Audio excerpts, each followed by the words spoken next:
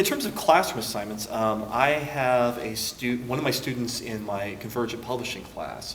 One of the assignments is you have to write 50 stories as part of that.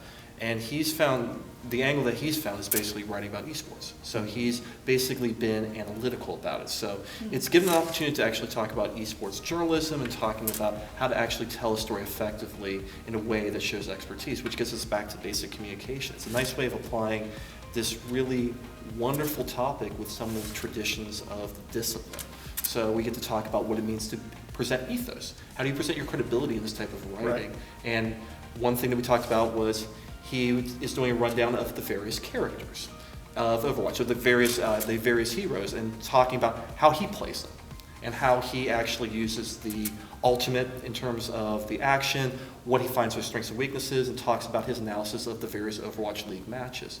So it's been really fascinating, and it's made him a better writer because it's given him something to be passionate about, right. And he's been able to craft really amazing stories. And we're trying to really push the envelope and say, okay, now that you've written this really cool story, how would you incorporate audio with this? How do you actually talk? And he's really talking about running like a little podcast about the different characters, possibly doing interviews with other players and trying to make the stories more interesting. So to me, video games in general have been a really good bridging tool to a passion to the skills that they need to survive.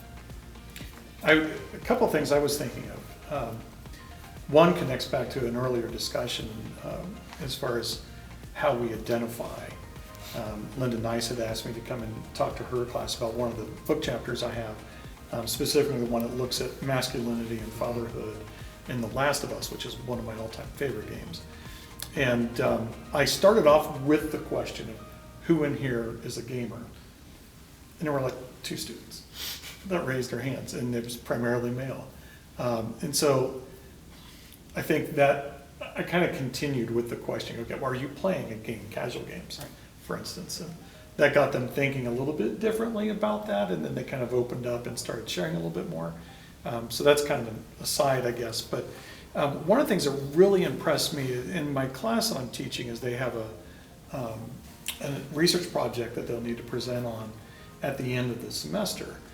And what I really liked is that for the vast majority of the students in that class, they all wanted to look into ways that video games are being used in positive ways, which is, I think, really important because it's geared towards how do we change this perception? And so we do get away from some of those stereotypes and some of the myths, that, oh goodness, if you're going to play video games, then you're going to be obese, or you're going to go out and commit violence, or you're going. And the research just doesn't support those ideas fully. In fact, shows quite the opposite, that there are so many avenues for potential that games can be used for good, which actually kind of reminds me of the book that Rachel's putting together. Yeah, so, you're right. Shay and I were contributing to a book that is looking at some of the positive, mainly health aspects, really. The psychological aspects. Aspects. I know the one I'm writing is basically how you can think about the maps in game as a way of mapping your interactions in reality. So basically understanding how to read the room, how to read the characters. It makes sense. But I want to actually piggyback off what you said in terms of using the classroom, because in terms of like lesson plans, I use games all the time in lessons. So my news writing class, I don't use a lot of video games, but traditional games. There's this great game called The Contender, which is basically like apples to apples. You basically get a prompt. So every player is a politician, and they're given a topic to talk about. Sometimes it's taxes, sometimes it's about education, and they're given lines that actual politicians said. And what we do is we basically have a fake debate. So I have half the class that are the politicians and half are the reporters. And the reporters have to write what happened. And it's a great way of teaching leads. So I find in terms of my students' interactions with games, it actually makes the lesson more manageable. I could do a 45-minute lecture on how to write a lead, where I can stand in front of the classroom with my wonderful PowerPoint behind me, do my hand motions and try to entertain them. But I find if they're engaged with the process, and the reason I was able to do that is because when I went to Gen Con like 6 years ago, there was a gentleman that was speaking about how to actually incorporate games, because one of the classroom games that we traditionally use, or what's used in the classroom all the time, is Jeopardy. Right. And Jeopardy is nice, but it's basically flashcards. There's not much difference between Jeopardy and flashcards. So basically making games that are part of the learning objectives. So the one example he said, and I can't remember the gentleman's name, that's going to bother me, but the one example that he talked about was using like win, lose, or draw.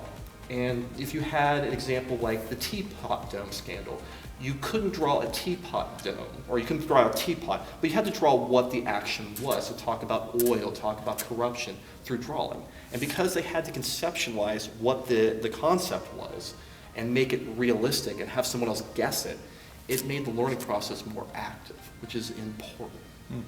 I think I'll probably stick with them too. I still remember how to say "I want to buy a vowel" in French because we used it when I was in elementary school, and I haven't actually had much cause to use this in everyday life. You don't have to buy vowels from French people? Not a whole lot. It's a shame. I was thinking in terms of you do a lot more active things with games in your classroom because I don't teach any specifically video game focused classes at the moment, but I teach both philosophy of art and philosophy of literature on occasion. And so one of the things that, even when it's straight philosophy of literature, we go on to other kinds of art. And one of the things I've done is bring games into it. And a lot of times my students are hesitant to until I kind of open the door because it's not serious philosophy or what they think of as art with a capital A, at least until it gets to the kind of professorial stamp of approval of, yes, you can actually talk about this here. Because those are a lot of times things that they've engaged with far more than they've ever engaged with any single painting. They may spend 80 hours or 100 hours on this game. They're not going to look at the Mona Lisa for 80 hours. So they really can draw examples and they can see things in the games that are just more accessible to them than maybe classical examples that are used. Well, and then going to art, for our layout design class, there's a great game called A Fake Artist Goes to New York. And it's basically, there is a moderator that basically picks a subject. And everyone but one person gets that subject. The other person gets an X. And then the moderator, so if I were to say the subject was a singer, everyone would have John Lennon except one person, and they would have to everyone would go around and draw one line. And it would go around like 3 or 4 times until the picture was done, and then they basically had to figure out who the fake artist was. And what that teaches is basically picking up the aesthetics of an object. Even if you don't know what the object is, by making a sense of trying to put the pieces together. So it's basic Gestalt theory. You have all these lines you're putting together to try to get a complete message. That's why I find games absolutely fascinating, and they're a really good tool to help teach when I don't have a great either expressive lecture that works or know how to connect the subject matter to the students. When you were talking about your classes, one of the things that came to my mind really quickly was just that general division between what is highbrow and what is lowbrow, right? What's culture and what's popular culture and what's acceptable, which it all connects back to even being accepted as an academic discipline, right? So one of my questions I was thinking of when you're talking about that class is, do you get into debates about whether video games are art? Is that something that comes up as a discussion? Well, given that the last time I taught this, I think about the only thing they decided couldn't be art was untouched nature that you have not framed in any way. They weren't really very exclusionary. But maybe too open. Yeah, maybe a little bit. They argued vociferously that a lawnmower instruction manual could in fact be art. I'm not sure I agreed with them. But I thought that there were interesting questions about whether something is art or contains art. So is a game itself art, or is it that, clearly it contains art. We have all kinds of graphics, we have music and things. And so that was kind of an interesting, they didn't really resolve it, but they raised the question and I thought was interesting. Yeah, it reminded me of, I believe it was Roger Ebert who at one time had said video games are not art, or will never be art, or something to that effect. And yet when you do look at the development process, there's so many artistic elements that are involved. Here just 2 or 3 years ago, I think it was, when the Smithsonian had the traveling exhibit going on, the art of video games, and they were at Toledo, and just seeing some of the, even just the sketch work that was done for the character development, that is just unreal what the quality is, let alone all the time and effort, especially with I mean, back to AAA games again, not that it isn't present in indie games, but to a lesser degree, but, I mean, full orchestra soundtracks, and, I mean, Yeah.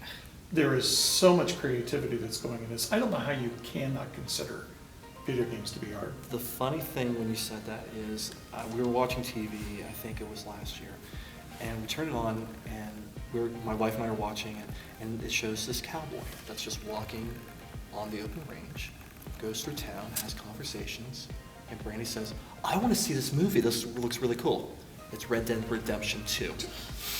She's like, why do these look like movies? I'm like, that's kind of what they're doing now. Well, it's going to. Yeah, so it's At least some of them. Some of them, yeah. I mean, the AAAs, it tends to be that way, and I think it's that discussion of the artistic merit is always fascinating, because I think part of it is art, part of it's code, part of it's science, part of it is psychology, part of it is sociology.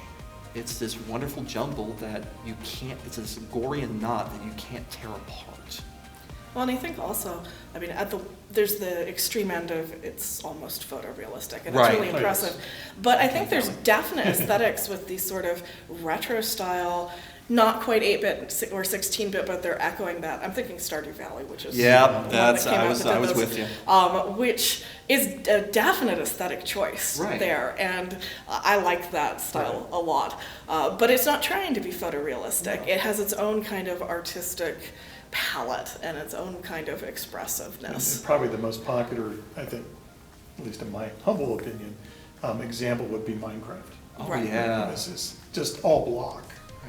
The whole universe is built around that. But it sold, I can't tell you how many copies, right? And it keeps going.